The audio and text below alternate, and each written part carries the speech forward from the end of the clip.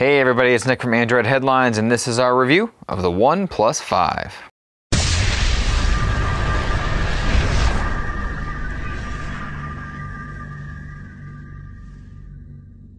OnePlus has been one of the foremost companies to push the spec value game over the years, launching the original flagship killer for $350. This ludicrous pricing was something never thought to be sustainable, and sure enough, the fifth major phone from OnePlus, the OnePlus 5, retails for anywhere between $479 to $539, depending on configuration. What's so worth the sizable jump in price from last year? At the very least, this one has absolutely incredible battery life, is quite possibly the fastest phone we've ever seen, and packs in some really intriguing new camera features. Let's take a look at the build.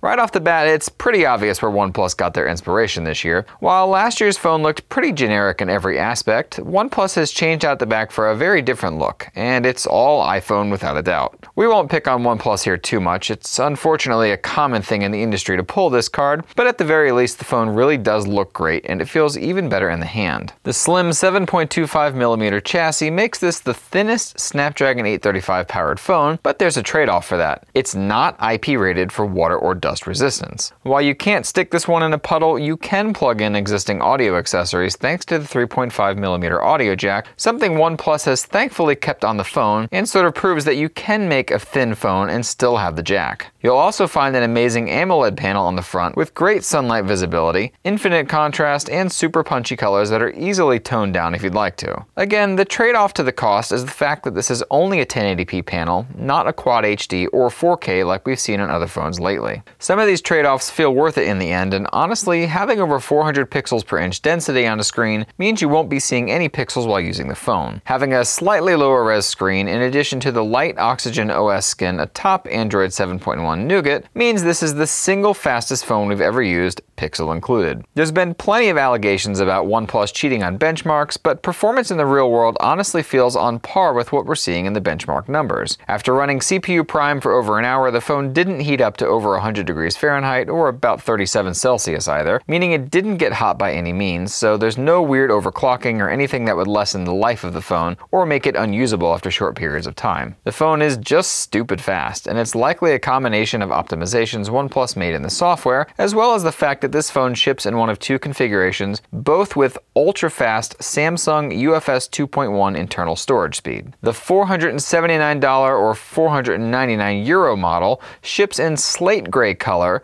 with 64 gigs of internal storage and 6 gigs of LPDDR4X RAM, while the $539 or €559 model ships in midnight black color and upgrades that memory to 128 gigs of internal storage and 8 gigs of the same speed RAM. That's some stupid fast storage and even faster RAM, and complete with the fastest chipset Qualcomm has ever made, paints a pretty nice picture here. Battery life is clearly the recipient of serious optimizations too, and honestly, I don't remember the last time a flagship had this good of battery life without having a huge battery. At the end of a full day, I often found the phone at 50% or more battery left, and even super heavy use days still had 30% or more left, lasting well into the second day before needing a top-up. Dash charge is its usual fast self too, easily recharging 60% or more in 30 minutes flat, truly matching OnePlus marketing in this regard. Audio quality is something to celebrate too, and while single bottom-firing speakers still kinda suck, audio output support has never been better. High-res 24-bit audio, Bluetooth 5.0 with its many enhancements, and even that elusive aptX HD codec are all supported here, including a great built-in equalizer too. Likely the biggest marketing point OnePlus is pushing with the 5 is the new dual camera system, one that it claims produces clearer photos than single camera systems. And shout out to my buddy Kevin the Tech Ninja for having me take a second look at the camera. I was pretty hard on the camera at first, but it was absolutely worth trying to do things over again. This really is a great camera experience. Let's get the bad out of the way first. No image stabilization at all means you're going to be getting some seriously jittery videos during any kind of movement whatsoever. OnePlus says they've got an electronic stabilization method coming, but for now, videos are pretty jumpy. If you've got super smooth hands, this might not be so much of a concern, but most people are probably going to find this one really annoying. It's even more exacerbated when using that new 2x zoom mode too, somewhat negating the advantages this mode might have while recording video. We also saw some incredible inconsistencies in clarity overall during any kind of light really, and it's quite possibly due again to the fact that there's no stabilization here. Zooming into many photos reveals what appears like hand jitter or something else entirely, and while it doesn't happen all the time, it does happen in any kind of light, not just low light as you might expect. This will hopefully get cleaned up in the future because the rest of the performance we're seeing here is nothing short of fantastic. The new 2x lossless zoom combines a 1.6x optical zoom from the second 20 megapixel sensor and really does improve the zoom details significantly.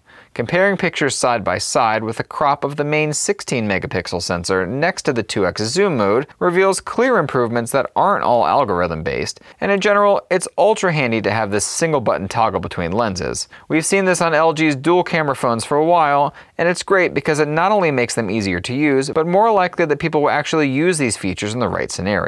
Something new to OnePlus phones is portrait mode, a way to create a super shallow depth of field to blur the background behind a subject. This isn't new in the industry by any means, but rarely is it done this well. Using both cameras to sense depth, the camera almost always does a great job of detecting the right subject, and the difference between using it in some shots can make photos look like they were taken by a professional. The downside here is that you can't refocus after taking the shot, something that some other phones that have this feature can do. Dynamic range is truly incredible too, and while OnePlus has once again chosen sensors with tiny 1 micron sized pixels, it seems their algorithms of pairing photos taken from both sensors really do help add in dynamic range that's not otherwise present, and it also helps make HDR truly instant as a bonus. Processing is all done in the background without user interaction or any sort of notification that it's happening either. The results are impressive and lend to some of the better shots we've seen from a smartphone, especially when it works like it should. The camera UI has been revamped and in general is ultra fast and responsive, unlike some previous generation OnePlus camera software. It launches in 1 second flat most of the time, and focus times are near instant too, following the trend of focusing in milliseconds instead of something longer. Where OnePlus One does not equal to, however, is in low light. 1 micron is simply not large enough to grab the light the way we've seen from some other phones over the last few years, and phones with 1.4 or 1.5 micron sized pixels are simply going to have the upper hand in low light photography. You can only fight physics so much, and while OnePlus definitely can compete in some ways in low light, overall this one loses to other flagships out there. At the end of the day, OnePlus has made a phone that's still cheaper than most out there, especially the big name flagships, all while either matching or exceeding the specs of those phones. While the design is uninspired for sure, the wood cases from OnePlus look better on this phone than we've seen on any other OnePlus device and are begging to be bought with it. While there are certainly trade-offs to consider, it's hard to argue with the price in the end. The biggest question now comes in the form of promises and support, two things that OnePlus hasn't always been known to deliver on in the past. As it stands, the OnePlus 5 is one of the finest examples of value in the 2017 smartphone market, and it packs the best value under $500 so far this year. We hope you enjoyed that review and will subscribe to us for regularly updated content. Chat with us in your favorite social media network, and don't forget to check out AndroidHeadlines.com for 24/7 tech news coverage. Thanks for watching, and until next time.